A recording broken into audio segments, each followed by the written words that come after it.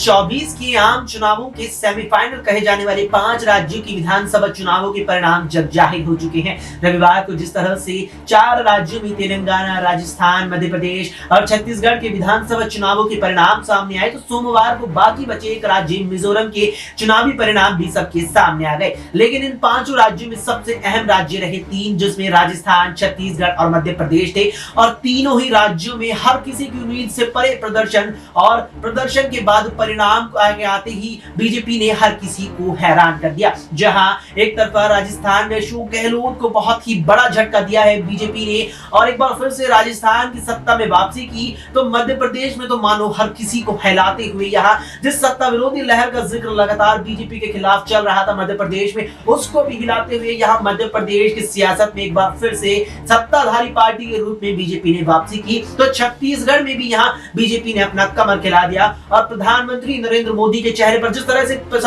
राज्यों में चुनाव लड़ा गया था, उससे ये बात एक बार फिर जग जाहिर हो गई कि मोदी मैजिक अभी भी कायम है। लेकिन जिस तरह से इन 3 प्रमुख राज्यों में कांग्रेस की हार हुई है, उससे कहीं ना कहीं इंडिया गठबंधन पर भी अब फर्क पड़ा है और उसके परिणाम भी सामने निकल कर आने शुरू हो गए हैं। एक तरफ जहां यूपी के पूर्व मुख्यमंत्री और समाजवादी पार्टी के अध्यक्ष अखिलेश यादव ने कांग्रेस की हार पर तंज कसते हुए कहा है कि कांग्रेस का मध्य प्रदेश में हार से सारा घमंड टूट गया। कांग्रेस अपने पूरे घमंड में थी, पूरी उम्मीद उसने लगाए रखी थी कि मध्य प्रदेश तो उसके हाथों में है, चाहे चुनाव भी न कराया जाए। लेकिन जिस तरह से कांग्रेस महज 66 सीटों पर मध्य प्रदेश में सिमट करके रह गई, उसने बता दिया कि कांग्रेस का घमंड टूट गया। इसने जग जाहिर कर दिया कि इंडिया गठबंधन में कलह बढ़ने वाला है। इसके अलावा यहाँ पर बिहार सरकार में जेडीयू की ओर से भी ये बयान सामने आया कि इंडिया गठबंधन में प्रधानमंत्री चेहरा का उम्मीदवार जो सबसे पहले है वो यहाँ पर नीतीश कुमार है और राहुल गांधी के नेतृत्व पर भी यहाँ जेडीयू ने सवाल उठा दिए हैं। अब देखना है कि जिस तरह से 5 राज्यों की विधानसभा चुनावों के नतीजे आ चुके हैं, कांग्रेस केवल 1 राज्य जीतने में कामयाब रही,